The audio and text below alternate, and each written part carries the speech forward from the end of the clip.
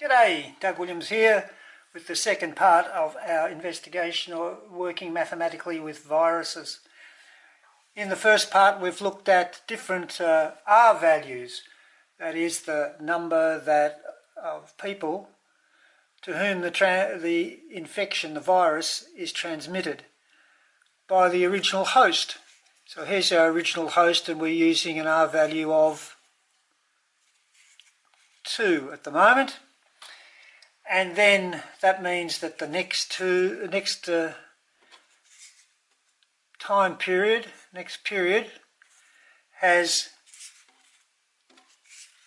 4 infected people, and the next period, each again, we went through this before, has 8, and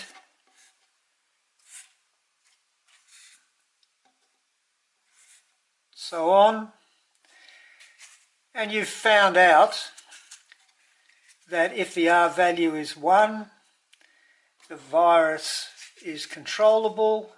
If the R value is more than 1, which it is at the moment being 2, the R value indicates that it's going to be harder and harder to control the virus. In fact, you've discovered that for not very high R values, that virus could reach the population of the Earth really quite quickly. But that doesn't seem to happen. Something else must be happening that affects the mathematical model. The patterns that we found are beautiful, but they don't reflect exactly what happens. So what is it that might be getting in the way and altering the results of the model? One of the things we have to look at as we consider the model expanding by this mathematical pattern is that viruses have been around since before humans, and viruses have been within humans since humans have been around. And we haven't been wiped out. The whole population of the Earth hasn't gone. We're still here. So there must be something else that helps to fight the viruses, and that's our own body. We create antibodies that mean that we can recover. It takes time to do that.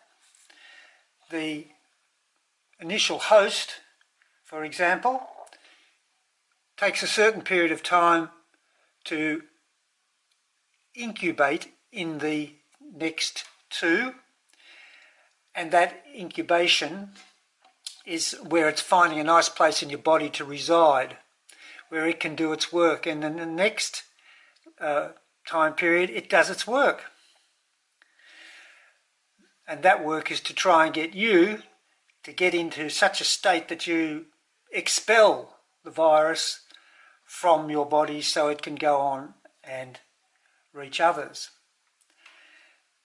Now, this recovery then, the recovery period for this person winning with its antibodies varies from virus to virus and conditions to conditions. But let's say it's a week. So it's a week for incubation, a week to to cause your body to fight off the infection, and at that point the initial person will either recover or die. This person now is not one of the active cases. All the blue ones are active cases. So at the stage where this is happening, that person is recovering. At the stage where this is happening, these people are recovering. And the total number of active cases is going up because the virus is still moving along, but the total number of active cases compared to what it was when we had no intervention from anything is smaller. So we're going to go on and look at the patterns that are made when you take recovery into account. Okay, see ya.